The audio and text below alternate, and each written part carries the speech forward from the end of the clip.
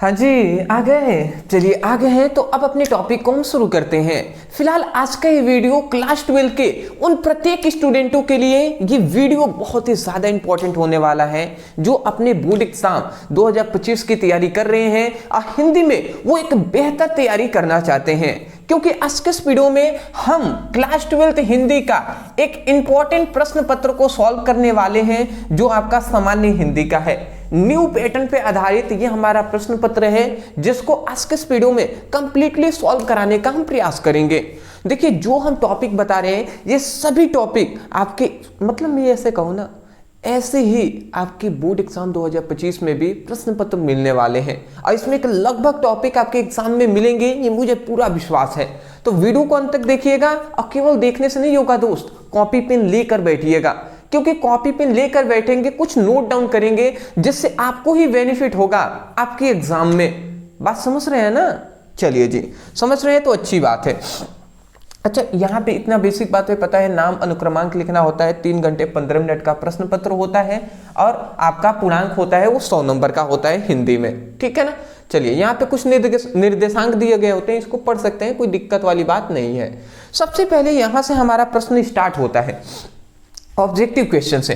Objective question कितने पूछे जाते हैं तो मैं आपको बता दूं, 10 ऑब्जेक्टिव क्वेश्चन पूछे जाते हैं एक एक नंबर के, मतलब 10 नंबर के 10 ऑब्जेक्टिव क्वेश्चन। यहां से हमें कितने नंबर मिलेंगे? वहां से हमें 10 नंबर मिलेंगे जी। तो चलिए अब एक एक करके हम देख लेते हैं। पहला हमारा इंपॉर्टेंट क्वेश्चन, निम्नलिखित में से कन्हैयालाल मिश्र प्रभाकर की रचना है। क्या है जी? कन्हैयालाल मिश्र प्रभाकर की रचना है।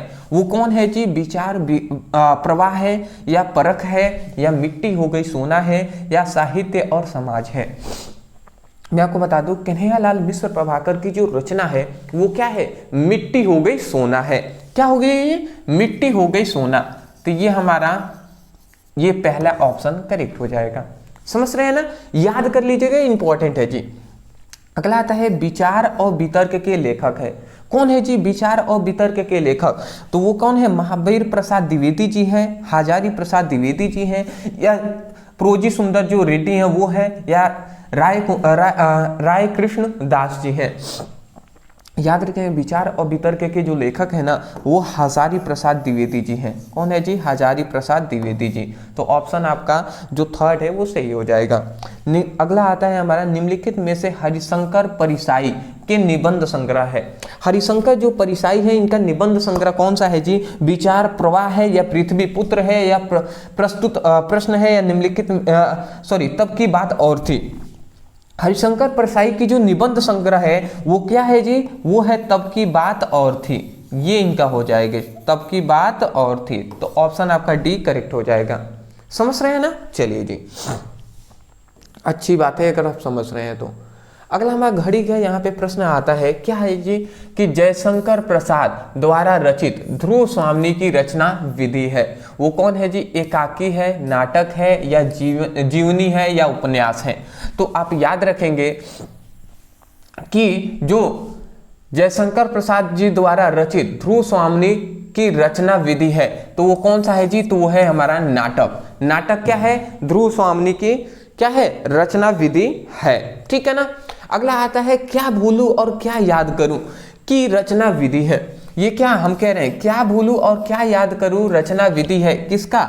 संस्मरण का है, या आत्मकथा की है, या डायरी की है, यात्रावृत्ति की है।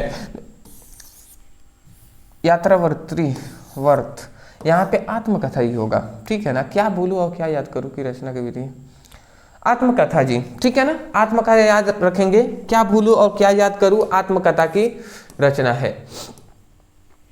नेक्स्ट, अगला हमारे यहाँ पे आता है दूसरा का क्वेश्चन। यहाँ पे कह रहे हैं मेरी असफलता जो किन्होंने बताया है जी? किनकी रचना है? ये है बाबू गुलाब राय की। तो मेरी असफलताएं, ठीक है, बाबू गुलाब राय किस विधि की विधा की रचना है। मतलब मेरी असफलता किस विधा की, ठीक है ना, किस विधा की रचना है जी? जीवन साहित्य की, डायरी की, या कहानी की, या आत्मकथा का। याद रखेंगे, मेरी असफलता जो है वो आत्मकथा विधा की रचना है। अगला आता है, हिंदी साहित्य का इतिहास लिखने वाले विद्वान हैं। वो कौन है जी? हिंदी साहित्य के हिंदी साहित्य का इतिहास लिखने वाले जो विद्वान हैं वो गारसा द तासी हैं। ठीक है ना, ये तो किसी को भी याद होना चाहिए। हिंदी साहित्य के इतिहास को लिखने वाले जो विद्वान हैं ना वो गारसा द तासी हैं, इस बात को आप याद रखेंगे। अगला आता है अज्ञेय जी को निम्नलिखित में से किस वाद का प्रतीक माना जाता है। मतलब जो अज्ञेय जी हैं, ठीक है ना, सचिदानंद जो अज्ञेय जी हैं, इनको किस वाद का प्रतीक माना जाता है? छायावाद का, या हालावाद का, या प्रगतिवाद का, या प्रयोगवाद का? तो सुमित्रानंद जो हमारे अज्ञेय जी हैं ना, सचिदानंद जो अज्ञेय जी हैं वो प्रयोगवाद के प्रतीक माना जाता है। अगला आता है निम्नलिखित में से बिहारी लाल ने किस छंद की रचना की है? तो बिहारी लाल ने किस छंद की रचना की है जी, ये हमें जानना है। ठीक है, निम्नलिखित में से बिहारी लाल ने किस छंद की रचना की है? बिहारी लाल ने चौपाई, कुंडली, या दोहा, या जो हमारा हो जाएगा सवैया, यहाँ पे दोहा हो जाएगा जी, दोहा की रचना की है। अगला आता है सुमित्रानंद पंत को ज्ञान पीड़ित पुरस्कार किस रचना पर मिला था? किस रचना पर मिला था जी? तो याद रखेंगे सुमित्रानंद पंत को ना ज्ञान पीड़ित पुरस्कार जो मिला था वो चिदंबरा पर ही मिला था, चिदंबरा पर मिला था। तो ऑप्शन आपका चौथा सही हो जाएगा। आशा करता हूं कि इतनी बात आपको आसानी तरीके से समझ में आ गई होंगी। 10 हमारा ऑब्जेक्टिव क्वेश्चन कंप्लीट होते हैं। तो ये 10 इंपॉर्टेंट थे मेरे तरफ से, तो जो हमने आपको बताने का प्रयास किया है। अब यहां से हमारे जो स्टार्ट हो रहे हैं ये बहुत ज्यादा इंपॉर्टेंट है जी। 10 नंबर का ये हमसे पूछे जाते हैं। कितने नंबर? 10 मार्क्स। अब क्या हमसे पूछेगा? यहाँ पे कह रहा है कि दिए गए पद्यांश के पर आधारित निम्नलिखित प्रश्नों को उत्तर दीजिए। ये पद्यांश दिया है, इसके नीचे हमें 5 क्वेश्चन दिए गए हैं, उसका उत्तर इसी में से ढूंढकर लिखना होता है। चलिए जी, पहले हम एक बार पढ़ते हैं, समझाते हैं, फिर आपको बताएंगे। यहाँ पे कह रहा है कि जन का प्रवाह अनंत होता है, सहस्त्रों वर्षों से भूमि के साथ राष्ट्रीय जन का तादात्म्य प्राप्त किया है। जब तक सूरज की रश्मियां नृत्य प्रातः काल भुवन को अमृत से भर देती हैं, तब तक राष्ट्रीय जन का प्रवाह भी अमर है। इतिहास के अनेक उतार चढ़ाव पार करने के बाद भी राष्ट्रीय निवासी जन नई उठती लहरों को आगे बढ़ाने के लिए असर अमर है। जन के सतत बाह्य जीवन नदी के प्रवाह की तरह होता है, जिसमें कर्म और श्रम के द्वारा ही उत्थान के अनेक घाटों का निर्माण करना होता है। तो ये है हमारे एक पैराग्राफ। या तो आप इस पैराग्राफ को सॉल्व करें, और इसके नीचे देखिए 5 क्वेश्चन दिए गए हैं। सबसे पहली बात यहाँ पे अगर देखेंगे तो जन का प्रवाह किस तरह होता है ये हमें बताना है, पाठ्य का शीर्षक और लेखक का नाम बताना है, रेखांकित अंशों की व्याख्या करना है, सूर्य की रश्मियों का प्रभाव क्या पड़ता है ये हमें बताना है, मतलब सूर्य की रश्मियों का क्या प्रभाव पड़ता है ये बताना है, राष्ट्रीय जन के किसके साथ तादात्म्य स्थापित किया है ये बताना है। ये 5 क्वेश्चन जो है ना ये हमारे 2-2 नंबर के हैं। ये 2 नंबर, ये 2 नंबर, ये 2 नंबर, ये 2 नंबर और ये 2 नंबर। तो इस तरीके से 10 नंबर मिलेंगे। तो या तो आप इसको सॉल्व कीजिए, या अथवा में इसके नीचे भी एक पैराग्राफ देता है जो मैं आपको दिखा दे रहा हूँ। ये अब इसको पढ़ेंगे, फिर से इसके नीचे भी 5 इस तरीके से क्वेश्चन है। दोनों में से जो आपको सॉल्व करने के अच्छा लगे वो आप कर सकते हैं, ये आपके ऊपर है। अथवा में यहाँ पे दिया गया है, ठीक है ना। तो चलिए हम ऊपर वाला ही सॉल्व करते हैं, जन का प्रवाह, क्योंकि बहुत ज्यादा इंपॉर्टेंट है, इसलिए मैं आपको बता रहा हूँ। इसको बिल्कुल आप तैयार करके जाएंगे, समझ रहे हैं ना? ठीक है जी। चलिए, जन का प्रवाह अनंत होता है, यहाँ पे सबसे पहला हमारा क्वेश्चन कह दिया है। यहाँ पे हमसे पूछ रहा है जन का प्रवाह किस तरह होता है। तो सिंपल सा बात है कि जन का प्रवाह अनंत होता है, ठीक है ना। तो ये बात हो गया। अगला आता है पाठ्य का शीर्षक और लेखक का नाम बताना है। तो पाठ्य का शीर्षक कौन है जी? पाठ्य का ये किस पाठ्य से लिया गया है? अगर मैं आपसे पूछूं ये किस पाठ्य से लिया गया है, तो देखेंगे यहाँ पे जन शब्द आ रहा है, सहस्त्रों वर्षों से भूमि शब्द आ रहा है, राष्ट्रीय शब्द आ रहा है, सूरज शब्द आ रहा है, फिर से आप देखेंगे तो यहाँ पर राष्ट्रीय शब्द आ रहा है, ठीक है।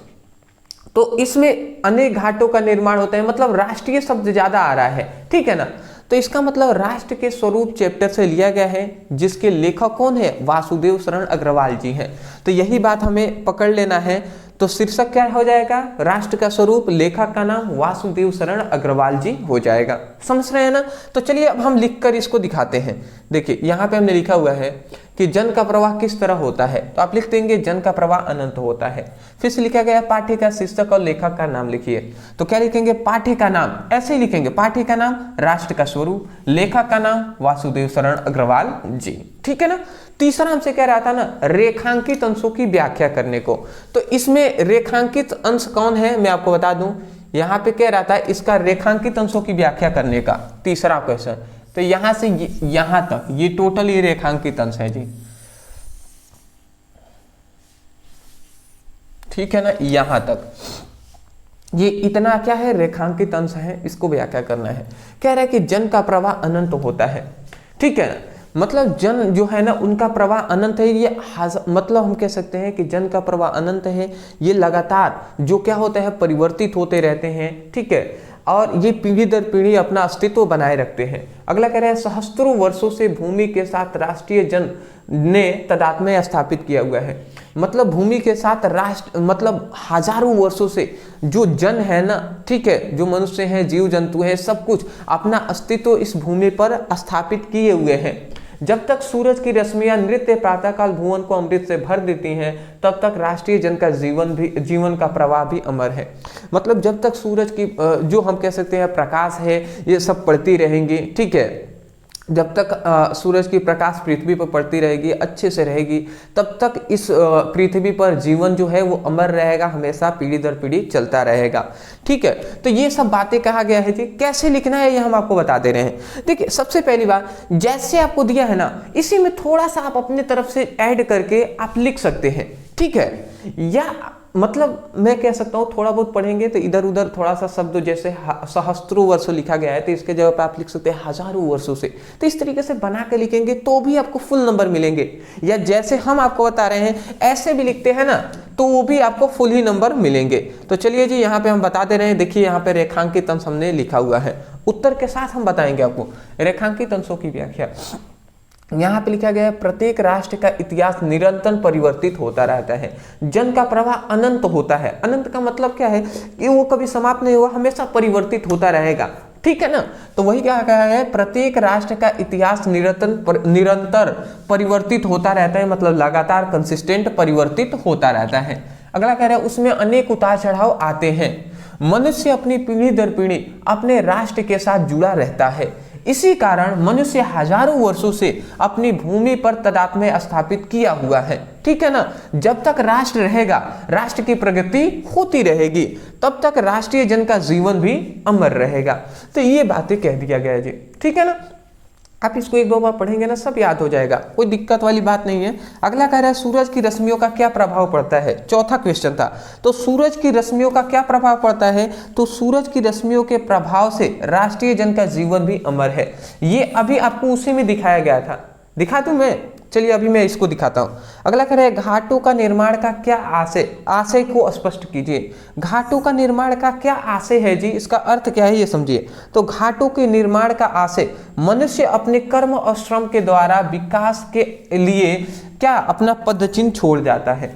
घाटों का निर्माण का मतलब क्या है, नहीं कहते हैं कि एक व्यक्ति है उसने जो कर्म किए है उससे हमें सीखता है आगे आने वाला पीढ़ी है, जैसे नहीं कहते हैं कि आपको खुद गलती नहीं करना है, दूसरे ने कोई गलती किया उससे देखकर हमें सीख लेना है, तो वही पदचिन्ह उसने छोड़ दिया है। तो घाटों का निर्माण का वही मतलब है कि घाटों का निर्माण का आशय है, मतलब है, अर्थ है कि मनुष्य अपने कर्म और श्रम के द्वारा विकास के लिए पदचिन्ह छोड़ जाता है, ठीक है ना, कि कैसे आपको कर्म करना है, उसका श्रम क्या मिलेगा, उसका फल क्या मिलेगा, ये सब हमें मतलब छोड़ जाता है, तो उसी पर हमें चलना है। ये आपको दिखा दे सूरज की रश्मियों का क्या प्रभाव पड़ता है। तो सूरज की रश्मियों के प्रभाव से राष्ट्रीय जन का जीवन भी अमर है। चलिए जी ये भी हम दिखाई देते हैं, सूरज की रश्मियों का क्या प्रभाव पड़ता है। तो देखिए यहां पे लिखा गया था, देखिए यहां पे लिखा गया था कि सूरज की रश्मियों नृत्य प्रातःकाल भुवन को अमृत से भर देती हैं, ठीक है ना। तो यही तो हमारा है कि सूरज की रश्मियों का क्या प्रभाव पड़ता है कि यह नृत्य प्रातःकाल भुवन को अमृत से भर देती हैं। तो वही बात तो यहाँ पे भी लिखा गया है, ठीक है ना, वही बात तो देखिए यहाँ पे लिखा गया है, वही बात सूरज की रश्मियों के प्रभाव से राष्ट्रीय जन का जीवन भी अमर है, नृत्य प्रातःकाल अमृत से भर देती हैं, तो उसका मतलब यही तो है तो इस तरीके से लिखेंगे, ठीक है ना। देखिए एक और बात मैं बता दूं, देखिए जो हम बता रहे हैं ना, जरूरी नहीं है कि आप सेम टू सेम वैसा ही लिखें। अरे भैया ये टॉपिक ही ऐसा है ना, आप इसको बहुत तरीके से आंसर दे सकते हैं। डरना कभी भी नहीं है कि हम लिख रहे हैं क्या वो सही होगा या गलत होगा, परेशान ना हो, थोड़ा बहुत उसी में चेंज करके आपको लिख देना है, बट शर्तें आपको छोड़ना नहीं है। छोड़ेंगे ना भैया एक नंबर नहीं मिलेंगे। बाबू समझ रहे हो ना, मैं चाहता हूं कि आप अच्छे नंबर लाए, तो इसलिए मैं आपको बता दे रहा हूं, छोड़ने से कोई फायदा नहीं होने वाला। छोड़ देंगे बिल्कुल 0 नंबर मिलेंगे। अगर आप उसको थोड़ा बहुत बना कर लिखते हैं तो बिल्कुल मुझे चांसेस हैं कि, मुझे लगता है, विश्वास है, मैं जहां तक जानता हूं कि आपको फुल नंबर मिलेंगे। उसका टेंशन आप ना लें, इसमें आपको फुल ही नंबर दिए जाते हैं, ठीक है। बशर्ते आप अच्छे से लिखिएगा, साफ साफ लिखिएगा। अगला क्या है, दिए गए पद्यांश पर आधारित निम्नलिखित प्रश्नों के उत्तर दीजिए। ये एक इंपॉर्टेंट पद्यांश है, पहले आप इसका स्क्रीनशॉट ले लीजिए, ठीक है जी। देखिए मैं आपको बता दे रहा हूं, ये हमारा 10 नंबर में पूछा जाता है। देखिए कितना आसानी तरीके से हम इसको सॉल्व कराएंगे जी, सब कुछ आपको बताएंगे। यहां पे कह रहे हैं, निज जन्म जन्म में सुने जीव यह मेरा, धिक्कार उसे था महास्वार्थ ने घेरा। 100 बार धन्य वह एक लाल की माई, जिस जननी ने जना, जिस जननी ने है जना भरत सा भाई। पागल सी प्रभु के साथ सभा चिलाई, 100 बार धन्य है धन्य वह एक लाल की माई। थोड़ी सी पढ़ने में मिस्टेक होगी तो मैं माफी चाहता हूं। देखिए इसका मतलब समझिएगा, कह रहे हैं निज जन्म जन्म में सुने जीव यह मेरा, मतलब ना जो कैकेयी है, जैसे राम जी, ये आप जब पाठ्य पढ़ेंगे, ठीक है ना, कैकेयी का अनुपात, तो उसमें मैथिल शरण गुप्त जी ये बताते हैं सब कुछ बातें कि जब राम जी को वनवास हो गया था, ठीक है, तो वनवास से वो फिर से वापस लौट के आए, ठीक है, तो उस समय पर कैकेयी ऐसी सोचती हैं कि, मतलब उनको ऐसा लगता है कि ऐसा नहीं, सभी मतलब ऐसा सभी के दिमाग में ऐसा था कि निज जन्म जन्म में सुने जीव यह मेरा, धिक्कार उसे था महास्वार्थ ने घेरा। कि कैकेयी को लगता था, कैकेयी के ही वरदान के कारण राम जी को उन्होंने कह दिया कि 14 वर्ष के लिए वनवास चले जाइए, तो चले गए थे। तो उनको लगता था कि राम जी मुझसे बहुत ज़्यादा गुस्सा होंगे और पूरी जो प्रजा है वो मुझे धिक्कार देगी और जन्म जन्मांतर तक मुझे यही सुनने को मिलेगा कि मुझे महास्वार्थ ने घेरा था, ठीक है। मतलब लालच के चलते मैंने क्या किया, राम जी को कहाँ पे भेज दिया, वनवास में भेज दिया। वही कह रहा है, निज जन्म जन्म में सुने जीव यह मेरा, मतलब निज मतलब प्रत्येक जन्म में मैं यही सुनते रहूंगी, ठीक है ना, कि धिक्कार उसे था महास्वार्थ ने घेरा, कि उसे धिक्कार है जिसको महास्वार्थ ने घेरा, धिक्कार है उस रानी को जिसको क्या महास्वार्थ ने घेरा।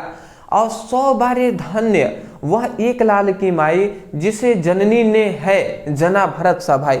तो राम जी को ऐसा पता चलता है कि माता कैकेयी जो है वो ऐसा सोच रही है मेरे बारे में कि मैं उनसे मतलब उनके कारण मैं वनवास चला गया, तो उनसे मैं नाराज हूँ, या मैं भी ऐसा कहूँगा, ठीक है। तो वो आते हैं और कैकेयी से राम जी आकर बात करते हैं कैकेयी माता से। अब वो कहते हैं कि हे माता ऐसा कुछ नहीं है क्या, ये सुनिए। तो वो कहते हैं कि 100 बार धन्य है वो एक लाल की माई, मतलब आप 100 बार से अधिक बार आप धन्य हैं, आप मतलब हम कह सकते हैं एक अच्छी हैं, ठीक है ना। जिसे जननी है जना भरत सा भाई, जिन्होंने भरत से भाई को जन्म दिया है, ठीक है, वो ऐसा कहते हैं जिसने भरत से भाई को जन्म दिया है वो माता धन्य है, ठीक है ना। तो वही बात कह रहा है कि वो 100 बार धन्य है। पागल सी प्रभु के साथ सभा चिलाई, तो वो जब राम जी जो क्या होते हैं सभा में बैठे हुए थे, तो वहां पर राम जी जब ये कहते हैं तो राम जी के साथ सभी सभा भी क्या होती है, चिल्ला उठती है और कहती है 100 बार धन्य है वो एक लाल की माई। अब पूरी सभा एक साथ कहते हैं कि 100 बार धन्य है, आप 100 बार धन्य है वो एक लाल की माई जिसने भरत से भाई को जन्म दिया है। आशा करता हूं समझ के होंगे। तो यही बात है जी। अब चलिए इसको हम एक एक करके देख लेते हैं, ठीक है। देखिए यहां पे कह रहा है कि उपयुक्त गद्यांशों के शीर्षक और कवि का क्या नाम लिखिए। तो चलिए जी, कई का अनुपात से लिया गया है, मैथिल शरण गुप्त जी हैं, ठीक है ना। तो इसका भी हम उत्तर देंगे। रेखांकित अंशों की व्याख्या कीजिए। रेखांकित अंश क्या है? यही आपका रेखांकित है, यहां से लेकर यहां तक रेखांकित अंश था। तो आप क्या कहेंगे? निज जन्म जन्म में सुने यह जीव मेरे, धिक्कार है उसे महास्वार्थ निगेरा।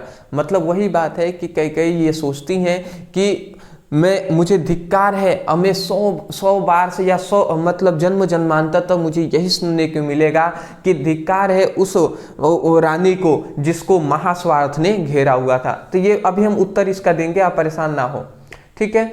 अगला तीसरा हमारा कई स्वयं को धिक्कारती हुई क्या कहती हैं? यही ना कहती है जी कई जी कि धिक्कार है मुझे, ठीक है, जिसको महास्वार्थ ने घेरा था, जिसके कारण क्या राम जी को वनवास हो गया। अगला आता है कई के पश्चाताप के उपरांत श्री राम ने उनसे क्या कहा? श्री राम जी ने कई के पश्चाताप जब किया, उनको अपनी गलती का एहसास हुआ, तो राम जी ने उनसे क्या कहा कि धन्य है वो एक लाल, मतलब धन्य है वो माता, 100 बार या 100 से अधिक बार वो धन्य है माता जिन्होंने भरत से भाई को जन्म दिया है। तो यही तो कहती है, यही लिखना है। फिर से अगला कह रहा है कई के पश्चाताप, मतलब यहाँ पे अगला कह रहा है प्रभु राम के साथ कई के अपराधों के अपमार्जन करती हुई सभा क्या चिल्ला उठी? सभा पूरी यही ना चिल्ला उठी जी कि धन्य है वो एक लाल की माई, ठीक है ना। मतलब धन्य है वो माता जिन्होंने भरत से भाई को जन्म दिया, वही बात यहाँ पे सभा भी चिल्ला उठी थी। अगला आता है, अब चलिए इसका उत्तर मैं यहाँ पे दिखा देता हूँ। सभी का उत्तर यहाँ पे लिखा हुआ है। सबसे पहले उपयुक्त पद्यांश का शीर्षक और कवि का नाम। तो यहाँ पे देखेंगे तो यहाँ पे क्या लिखा गया है जी? शीर्षक का नाम क्या है? तो कई का अनुपात है। कवि का नाम, यहाँ पे कवि इस तरीके से रहेगा। कवि का नाम क्या है जी? मैथिल शरण गुप्त जी है। आशा करता हूँ टाइपिंग में थोड़ी सी मिस्टेक है, उसको आप सही कर लेंगे। रेखांकित अंशों की व्याख्या कीजिए। तो यहाँ पे क्या कह रहा है? कई स्वयं को धिक्कारती हुई कहती हैं कि मैं यहाँ पे मैं रहेगा, मैं सद्गति न पाऊंगी, मतलब मैं कभी भी शांति नहीं पाऊंगी।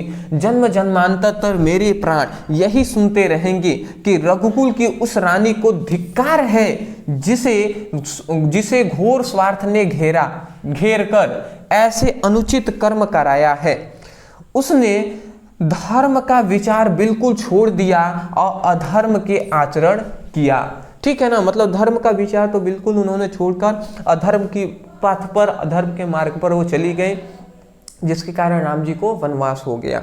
तो यही बात आपको लिखना है। जरूरी नहीं कि जितना हमने बताया ऐसे ही आप लिखें। अरे भैया, आपको अपने तरफ से जो समझ में आ रहा है वैसे ही लिखेंगे, डरना नहीं है। डरेंगे ना तो दिक्कत हो जाएगी दोस्त। समझ रहे होंगे आप अगर सुन रहे होंगे तो। अगला रहे कई स्वयं को धिक्कारती हुई क्या कहती हैं? क्या कहती हैं जी? कई स्वयं को धिक्कारती हुई कहती हैं कि मैं सद्गति ना पाऊंगी, ठीक है ना।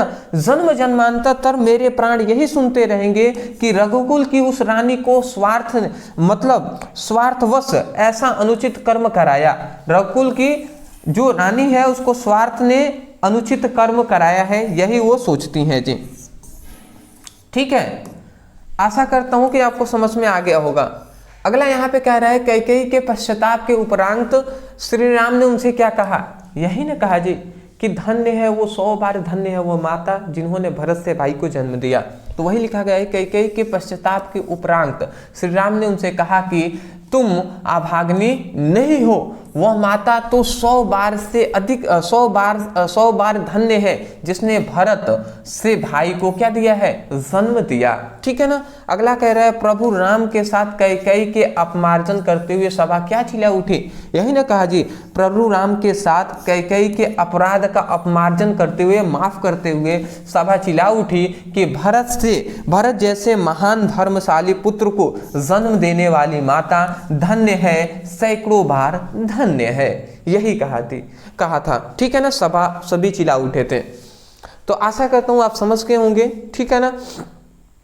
अगला हमारा पांचवा, अब यहां से हमारा आता है, देखिए ये 5 नंबर का सबसे पहले यहां पर लेखक का हमसे साहित्यिक परिचय पूछा जाएगा। तो चलिए जी जान लेते हैं। सबसे पहला आता है यहाँ पे देखिए लेखक का, तो हजारी प्रसाद द्विवेदी जी हैं, कन्हैयालाल मिश्र प्रभाकर, वासुदेव शरण अग्रवाल।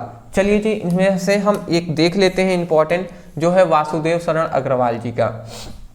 यहाँ पे हमने क्या लिखा है कि वासुदेव शरण अग्रवाल का जन्म 1904 ईस्वी को उत्तर प्रदेश के मेरठ जनपद में स्थित खेड़ा नामक ग्राम में हुआ था। सन 1929 ईस्वी में इन्होंने लखनऊ विश्वविद्यालय से एमए किया। इसके बाद मथुरा के पुरातत्व संग्रहालय में अध्यक्ष बने। इनके पिता का नाम विष्णु अग्रवाल था। तो इस तरीके से लिख देंगे जी। अगला आता है साहित्यिक परिचय में क्या लिखेंगे, वासुदेव शरण अग्रवाल इसलिए प्रसिद्ध हुए क्योंकि उन्होंने संस्कृत के बारे में कई पुराने हिंदी ग्रंथों का अध्ययन किया और उसकी व्याख्या की। उन्होंने संस्कृत, हिंदी और अवधी भाषा के कई प्राचीन ग्रंथों को भी लिखा, ठीक है ना, लेखन भी किया, ठीक है ना। अगला कह रहा है अग्रवाल जी ने अनेक ग्रंथों का अध्ययन किया और परिणतिकालीन भारतवर्ष नामक एक विशेष पुस्तक लिखी जो भारत के इतिहास और संस्कृत के अध्ययन के बारे में है, ठीक है ना। तो इस तरीके से साहित्यिक परिचय लिख लेंगे। फिर से यहाँ पे हमारा आता है रचनाएं। अब रचनाएं में यह कृति हम क्या लिखेंगे जी, इनकी पद्मावत की संजीवनी व्याख्या और बाण भट्ट का हर्ष चरित्र का सांस्कृतिक अध्ययन प्रस्तुत किया है।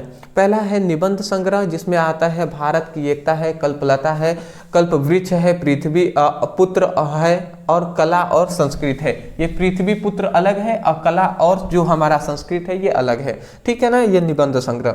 आलोचना में क्या है, पद्मावत की संजीवनी व्याख्या है, हर्ष चरित्र का सांस्कृतिक अध्ययन है, ठीक है ना। तो ये हमारा हो गया जी लेखक का साहित्यिक परिचय। अगला आता है, अब ये कवि का हम साहित्यिक परिचय देखेंगे। यहाँ पे 3 है जिनको आपको तैयार करना है, भारतेंदु हरिश्चंद्र, मैथिल शरण गुप्त और जयशंकर प्रसाद। तो चलिए जी एक हम बता दे रहे हैं यहाँ पे भारतेंदु हरिश्चंद्र जी का। तो देखिए यहाँ पे हमने लिखा है जीवन परिचय। थोड़ा सा हम जीवन परिचय पहले लिखते हैं। तो वही लिखेंगे जी कि भारतेंदु जी का जन्म काशी के प्रसिद्ध वैश्य परिवार में 1850 ईस्वी में हुआ था। इनके पिता गोपाल चंद्र गिरधर दास ब्रज भाषा के एक प्रसिद्ध कवि थे। 7 वर्ष की उम्र में ही इन्होंने एक दोहा लिखे और अपने पिता को दिखाया, तो पिता ने महाकवि होने का आशीर्वाद दिया। बचपन में ही माता पिता के सुख से वंचित हो गए और 35 वर्ष के अल्पांशु में ही सन 1985 ईस्वी को इनका देहवास हो गया। ये बातें हैं जी। अगला आता है साहित्यिक परिचय। साहित्यिक परिचय में क्या लिखेंगे, भारतेंदु के बृहत साहित्यिक योगदान के कारण है, ठीक है ना। मतलब भारतेंदु के बृहत साहित्यिक योगदान के कारण है। अगला कह रहा है 1857 ईस्वी से 1900 ईस्वी तक के काल को भारतेंदु युग के नाम से जाना जाता है। बड़ा ये इतने प्रसिद्ध हैं कि जिस वर्ष में इन्होंने जन्म लिया था तो 1857 ईस्वी से 1900 वर्ष तक के काल को भारतेंदु युग के ही नाम से जाने लगा। 15 वर्ष की अवस्था में ही भारतेंदु ने साहित्य सेवा प्रारंभ कर दी थी। 18 वर्ष की अवस्था में इन्होंने कवि वचन सुधा नामक एक पत्रिका निकाली। यह आधुनिक हिंदी साहित्य के जनक के रूप में प्रतिष्ठित हुए, ठीक है ना, मतलब फेमस हुए। अगला यहाँ पे कह रहा है प्रमुख कृतियां कौन कौन सी है, तो जो मौलिक नाटक है, ठीक है ना, सत्य हरिश्चंद्र है और श्री चंद्रावली है। अनुदित्य नाटक रचनाएं क्या है, विदा सुंदर है या जो धनंजय विजय है और भारत जननी है, ठीक है ना। अगला कह रहे हैं निबंध संग्रह क्या है, नाटक है, कालचक्र है और कश्मीरी कुसुम है। काव्य कृतियां क्या है, प्रेम मधुरी है, प्रेम तरंग है, प्रेम प्रलाप है। तो आशा करता हूँ इतनी बात आप समझ गए होंगे। अगला अब यहाँ से हमारा आता है कि देखिए ये हमने अभी तक जाना लेखक कवि का जीवन परिचय या हम कह सकते हैं साहित्यिक परिचय। अब हमारा यहाँ से जो आता है ना वो हमारा है कहानी जो क्या है, लाठी की कहानी का कथा वस्तु का सारांश लिखिए या ध्रुव यात्रा की कहानी का सारांश लिखिए। मैं आपसे कहना चाहूंगा एक बात कि देखिए ध्रुव यात्रा से पहले आप लाठी एक तैयार कीजिएगा, पंच लाइट, दोनों में इंपॉर्टेंट ही बता दे रहा हूं, लाठी और फिर से पंच लाइट तैयार कीजिएगा। और इसके बाद एक और आता है बहादुर, ठीक है ना, बहादुर आप तैयार कर लीजिएगा। ये सब इंपॉर्टेंट है जी, ठीक है ना। तो चलिए आज पंच लाइट के बारे में हम बता दे रहे हैं। पंच लाइट क्या है, ठीक है ना, ये कहानी अधिकतम शब्द सीमा है 80 शब्द, 80 शब्दों में लिखना है जी इसको। देखिए यहाँ पे हमने लिखा है पंचलाइट रेणु जी द्वारा अचलित कहानी है। कहानी में बिहार के एक पिछड़े गांव के परिवेश का सुंदर चित्रण प्रस्तुत किया गया है। महतो टोली में अशिक्षित लोग रहते थे, ठीक है ना। उन्होंने रामनवमी के मेलों में एक क्या खरीदा, पेट्रोमैक्स खरीदा। अच्छा मैं आपको बता दूं यहाँ तक रुकने के बाद, देखिए ये पढ़ रहा हूं ना तो आपको समझ में तो यूं ही आ रहा होगा कि अब इसमें क्या मैं समझाऊं आपको। तो ऐसा नहीं सोचना है कि समझा नहीं रहे भैया, क्या समझा इसमें, ठीक है। जिसमें उन्होंने रामनवमी के मेले में, मतलब एक महतो टोली है जिसमें अशिक्षित लोग रहते थे, बिना पढ़े हुए लोग रहते थे, और उन्होंने रामनवमी के मेले में गए तो इन्होंने पेट्रोमैक्स खरीदा, जिसे हम, जैसे नहीं होता था पहले, बिजली नहीं था तो पढ़ने के लिए हम जो इस्तेमाल नहीं करते थे, हम कह सकते हैं वो, उसी को हम कहते हैं जी पंचलाइट, जिसको हम उजाला करने के लिए वो करते थे, ठीक है। तो वही है जी। अगला, जिसे वे पंचलाइट कहते हैं, ठीक है ना। अगला कह रहा है पंचलाइट को यह सीधे साधे लोग सम्मान की वस्तुएं समझते हैं। पंचलाइट को वो सीधे साधे लोग सम्मान की वस्तुएं समझते थे, ठीक है ना। अगला कह रहा है पंचलाइट को देखने के लिए टोली के सभी बालक और औरतें और मर्द इकट्ठा हुए तथा सरदार ने अपनी पत्नी को आदेश दिया कि शुभ कार्य करने से पहले पूजा पाठ करने का प्रबंध करें। सभी उत्साहित थे, मतलब सभी उत्सुक थे, उत्साहित थे, प्रसन्न थे कि कब से कब, जल्द से जल्द ये पंचलाइट है उसको जलाया जाएगा। परंतु एक समस्या थी कि पंचलाइट को जलाएगा कौन। परंतु समस्या ये आई कि पंचलाइट तो आ गया, बट जलाएगा उसको कौन, कौन जलाएगा जी। तो ये समस्या आ गई थी। तो यहाँ पे फिर से लिखा गया कि इस टोली में गोधन नाम का एक युवा रहता था जो पंचलाइट जलाना जानता था, परंतु उसे गांव से बाहर निकाल दिया गया था क्योंकि वह गुलरी काकी की बेटी से प्रेम करता था और मुनरी को सलीमा का गाना सुनाता था, इसलिए उसे गांव से बाहर निकाल दिया गया था। तब अंत में सरदार ने गोधन को बुलाया, जिसको बाहर निकाल दिया गया था उसको फिर से, अंत में कोई मार्ग तो था नहीं, तो उसको बुलाया गया और आदेश दिया पंचलाइट जलाने को। तब गोधन ने पंचलाइट को जला दिया। इससे प्रसन्न होकर सरदार ने गोधन से कहा, जा तेरे साथ खून माफ, अब खूब गा सलीमा का गाना। और गुलरी काकी प्रसन्न होकर गोधन को रात्रि के भोजन के लिए आमंत्रित करती हैं। तो आशा करता हूं समझ गए होंगे। चलिए जी, अगला ये हमारा कहानी था जो कि आपको समझ में आ गया होगा। ये हमारा आता है खंड काव्य। अब प्रत्येक, मुझे लगता है कि मतलब सभी जिलों के लिए ना अलग होता है खंड काव्य। तो आप ये पता कर लीजिएगा कि आपके एरिया, आपके ज़िले में कौन सा खंड काव्य लगता है। मैं देवरिया से हूँ, तो देवरिया के जितने भी स्टूडेंट हैं वो याद रखेंगे उनका खंड काव्य जो है वो क्या आता है जी, वो आता है रश्मि रथी। खंड काव्य की कथा वस्तु का संक्षेप कीजिए, या रश्मि रथी खंड काव्य के आधारित कर्ण के चरित्र चित्रण का विशेषताएं लिखिए। तो हमारा रश्मि रथी है जी, तो हम वही रश्मि रथी करा दे रहे हैं। जिनका है रश्मि रथी उसको देखिए समझिए, और जिनका नहीं है वो उनसे कहूँगा कि भैया अपने अनुसार वो देख लीजिएगा कौन सा खंड काव्य आपसे पूछा जाता है। अगला आता है रश्मि रथी खंड काव्य के नायक का चरित्र चित्रण कीजिए। तो यहाँ पे हमने लिखा है रश्मि रथी महाकाव्य रामधारी सिंह दिनकर की प्रसिद्ध कृति है, जिससे महाभारत के महान योद्धा कर्ण को नायक के रूप में प्रस्तुत किया गया है। कर्ण का चित्र, मतलब कर्ण का चरित्र बलिदान, संघर्ष और दानशीलता और स्वाभिमान का प्रतीक है। तो इतना बात समझ के फिर से यहाँ पे अब आता है कि वीरता और साहस क्या है। तो कर्ण अद्वितीय योद्धा थे जिन्होंने युद्ध क्षेत्र में अपनी वीरता का अद्वितीय परिचय दिया है, ठीक है ना, दिया।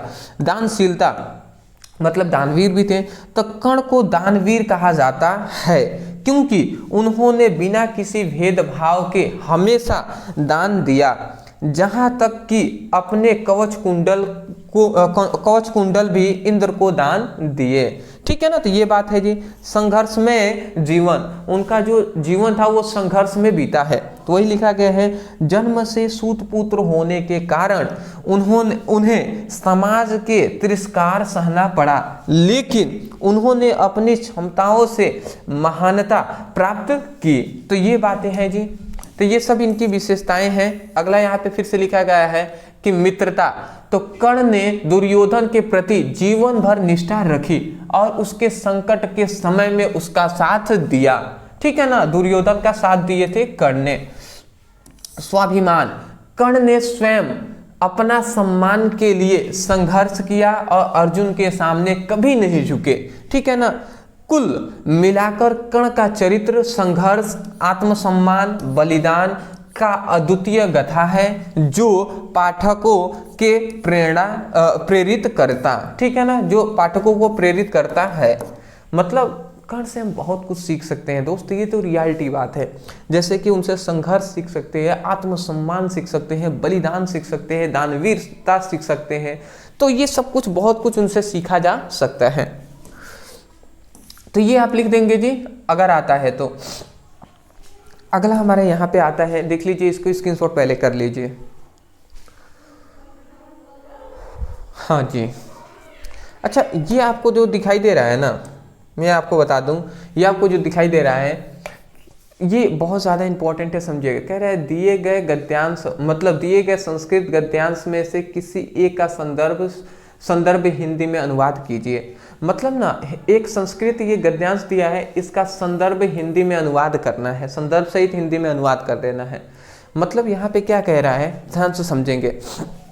यहाँ पे कह रहे हैं संस्कृत साहित्यस्य आदि कवि वाल्मीकि, महर्षि व्यास, कवि कुलगुरु कालिदास, अन्यश्च भाषा भारवीय भवभूतस्यो महाकाव्य स्वकीन्य ग्रंथ रत्ने यदापि पाठिकामि हृदय विराजयन्ते इम भाषा अस्माभि मात्र सम्माननीय वंदनीय च यतो भारत मातु स्वतंत्रय गौरवम अखंडत्व संस्कृत के मच्चो संस्कृत नेव सौराक्षितु शक्यन्ते इम संस्कृत भाषा सर्वासु भाषासु प्राचीनतमा श्रेष्ठा चाष्टि।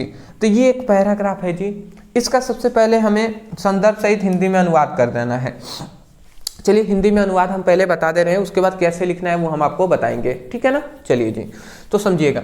यहाँ पे कह रहे हैं संस्कृत साहित्यस्य, मतलब संस्कृत साहित्य के जो आदि कवि हैं, जैसे वाल्मीकि जी हैं, महर्षि व्यास हैं, कवि कुलगुरु है, कालिदास है, अन्यश्च मतलब और भी भाषा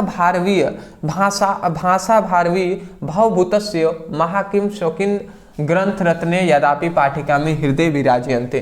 मतलब ये इन सभी ने, मतलब संस्कृत साहित्य के जो आदि कवि है, वाल्मीकि जी हैं, महर्षि व्यास है, कवि कुलगुरु है, कालिदास हैं, ये सभी अन्य और भी सभी ये जो विद्वान हैं, ये सभी अपने काव्य ग्रंथों के द्वारा आपके जो पाठकों, मतलब अपने काव्य ग्रंथों के द्वारा जो ग्रंथ रत्ने हैं वो अपने, यहाँ पे लिखा गया अदापि पाठिका में हृदय विराजयन्ते, मतलब उनकी जो ग्रंथ हैं, उनके ग्रंथों के कारण क्या है, अपने पाठकों के हृदय में क्या होते हैं, वो हमेशा विराजमान होते हैं, वो बसे होते हैं। इम भाषा, मतलब यह भाषा अस्माभि मात्र सम्माननीय और वंदनीय, मतलब जो यह भाषा है, संस्कृत भाषा है, वो अस्माभि मतलब हमारी मात्र मतलब माता के समान सम्माननीय है और वंदनीय है, ठीक है ना, मतलब पूजनीय है।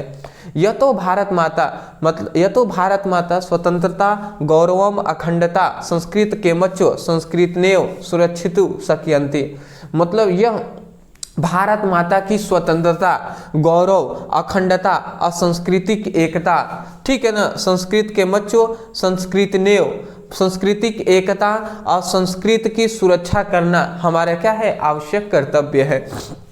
अगला कह रहे इम संस्कृत भाषा सर्वासु भाषा प्राचीनतमा श्रेष्ठ चाष्टि, मतलब यह संस्कृत भाषा सभी भाषाओं में, सर्वासु भाषा सभी भाषाओं में प्राचीन है, मतलब प्राचीन है जी, प्राचीनतमा मतलब प्राचीन है, और श्रेष्ठ चाष्टि मतलब श्रेष्ठ भी है। सभी भाषाओं में क्या है, प्राचीन भी है और श्रेष्ठ भी है। चलिए तो देखिए हम इसका यहाँ पर लिख दिए हैं, देखिए यहाँ पे हमने उसी का लिखा हुआ है, देख लीजिए यहाँ पे हमने लिखा है प्रस्तुत गद्यांश, सबसे पहले संदर्भ लिखा है, प्रस्तुत पद्यांश हमारे पाठ्य पुस्तक हिंदी खंड के संकलित संस्कृत भाषा महत्वम नामक पाठ्य से लिया गया है। संस्कृत भाषा महत्वम नामक पाठ्य से इसको लिया गया है, इस बात को आपको याद रखना है। संदर्भ लिख लेंगे। अब आता है अनुवाद। देखिए जो हमने अनुवाद किया है ना वही लिखा गया है। संस्कृत साहित्य के आदि कवि वाल्मीकि, महर्षि व्यास, कवि कुलगुरु कालिदास और अन्य भास, भारवीय, भवभूति आदि महाकवि अपने ग्रंथ रत्नों के द्वारा आज भी पाठकों के हृदय में क्या है, विराजमान है, बसते हैं। यह भाषा का मतलब संस्कृत भाषा हमारी माता के समान सम्माननीय और वंदनीय है, ठीक है ना, क्योंकि भारत माता की स्वतंत्रता, गौरव, अखंडता और सांस्कृतिक एकता संस्कृत के द्वारा ही सुरक्षित रह सकता है। यह संस्कृत भाषा सभी भाषाओं में सबसे प्राचीन और श्रेष्ठ है। यही तो बात हमने वहाँ पे बताया है। तो आशा करता हूँ आप समझ गए होंगे। 7 नंबर में हमसे पूछा जाता है जी 7 मार्क्स, ठीक है ना, 7 मार्क्स में हमसे पूछा जाता है। आशा करता हूँ आप याद रखे होंगे। गला जो है ना मेरा बहुत ज़्यादा मतलब थोड़ा सा ख़राब है अभी इस टाइम पे, ठीक है। तो चलिए आगे बढ़ते हैं, कोई दिक्कत नहीं है, थोड़ी प्रॉब्लम हो रही है बोलने में बट ठीक है। अगला कह रहा है दिए के श्लोकों में से किसी एक का संदर्भ हिंदी में अनुवाद कीजिए। यहाँ पे कह रहा है कि जल बिंदु, देखिए यहाँ पे जल बिंदु निपातेन क्रमशः पूर्यते घट स हेतु सर्व विधाना धर्मस्य च धनस्मय च। यहाँ पे एक ये है या अथवा में भाषासु मुख्या मधुरा दिव्या दृगाण भारतीय तस्या ही मधुर काव्य तस्मादीप सुभाषितम। यहाँ पे है जी।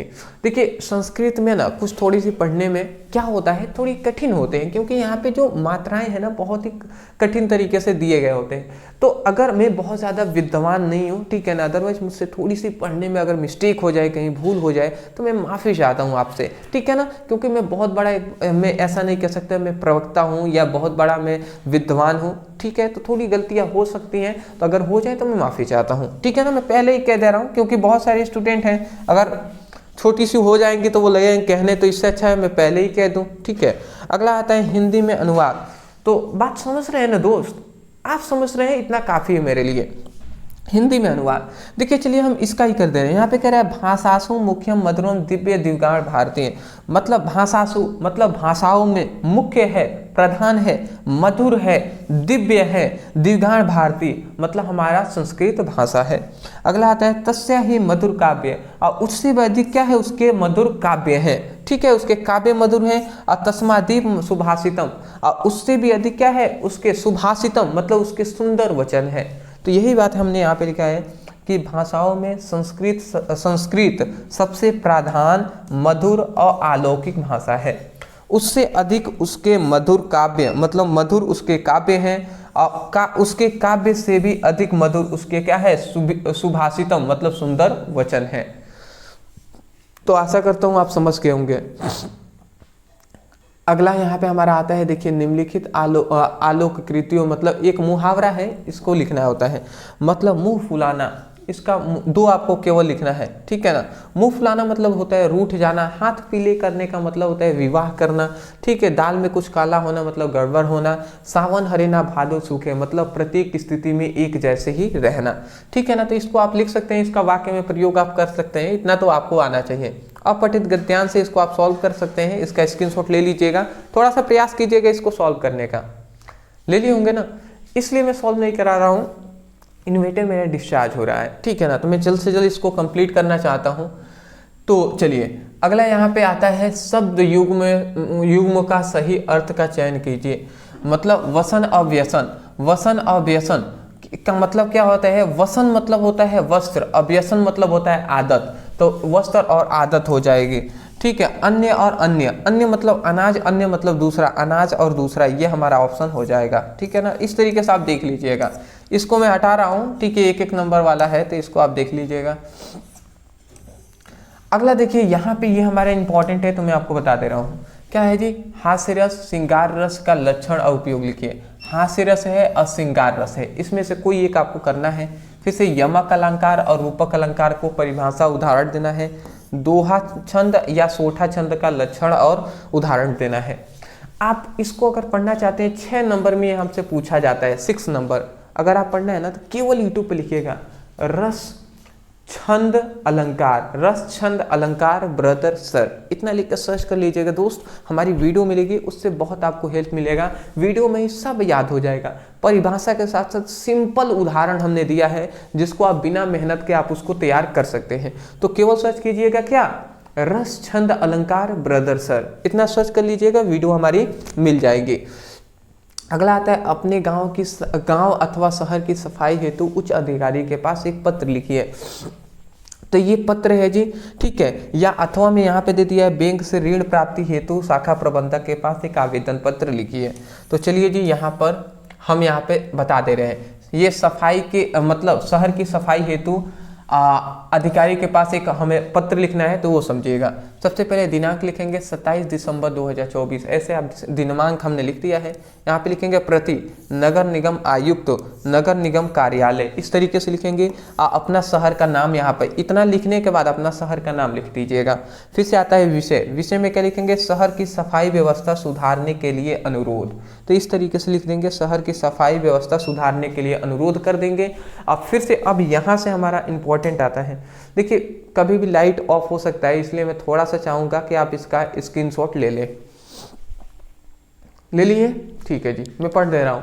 महोदय लिखेंगे या महोदया लिख देंगे। जैसे लिखेंगे, सभी निवेदन है कि हमारे शहर में सफाई व्यवस्था अत्यंत दैनिक हो गई है। सड़कों, गलियों और सार्वजनिक स्थलों पर कचरा फैला हुआ है, जिससे गंदगी और जो संक्रमण फैलने की क्या है, खतरा बनी हुई है। कृपया इस ओर शीघ्र ध्यान दें और सफाई कर्मचारियों की संख्या बढ़ाने तथा सफाई कार्यों को नियमित रूप से सुनिश्चित करने का कृपा करें। आपकी सहायता के लिए हम आभारी होंगे। तो इस तरीके से आप लिख देंगे। फिर से आप लिखेंगे धन्यवाद, फिर से सादर, फिर से अपना नाम लिख देंगे, अपना पता लिख देंगे, अपना संपर्क नंबर लिख देंगे। तो इतना लिख देंगे। एग्जाम में केवल आपको जैसे हमने ये नाम, अपना पता और संपर्क नंबर, बस ऐसे ही लिखेंगे, अपना नाम पता नहीं लिखेंगे, ऐसे लिख देंगे, ठीक है ना। तो ये आपका हो गया जी, आशा करता हूँ समझ गए होंगे। अगला आता है किसी एक विषय पर निबंध हमें लिखना है। निबंध में आप देख लीजिएगा कौन कौन सा हमने निबंध यहाँ पे दिया हुआ है। पर्यावरण पर दे दिया है, बेरोजगारी पर, जनसंख्या वृद्धि पर, महिलाओं की सशक्तिकरण पे मतलब महिलाओं की सुरक्षा पर, भारतीय किसान पर, और नई शिक्षा व्यवस्था है उस पर हमने दिया हुआ है। तो इस पर आपको क्या लिखना है जी, इस पर आपको निबंध लिखना है। लिख नहीं पाएंगे, लिख लेंगे जी, हमने यहाँ पर पर्यावरण पे बताया हुआ है, तो चलिए हमने लिखा हुआ है, समय नहीं है दोस्त, इन्वर्टर में डिस्चार्ज हो रहा है, आप समझ ही रहे हैं। तो स्क्रीनशॉट केवल ले लीजिए, पढ़ लीजिएगा, ले लिए, ठीक है जी। थोड़ा सा मैं और ऊपर कर दे रहा हूँ, यहाँ से ये ले लीजिए, ठीक है जी। ये है इसका क्या है, पर्यावरण प्रदूषण को बचाने के उपाय, ठीक है जी। मैं आशा करता हूँ कि आपने ले लिया होगा। तो चलिए दोस्त, आज के लिए हम इतना ही रहने देते हैं। पर्यावरण प्रदूषण मैंने जानता हूं कि मैंने आपको उसको बताया नहीं, पर मुझे पूरा विश्वास है। क्या विश्वास है जी, आप समझ रहे हैं मुझे क्या विश्वास है? मुझे विश्वास इस बात की है कि आप उसको एक बार, मात्र आप उसको एक बार पढ़ेंगे ना, जो निबंध है उसको एक बार पढ़ेंगे, आपको सब समझ में आ जाएगा, क्योंकि बहुत ही सिंपल वे में हमने प्रयोग किया है, उसको अच्छे से बताया है उसमें। अदरवाइज मैं यही कहूँगा, वीडियो पसंद आया है तो वीडियो को लाइक कर दीजिएगा।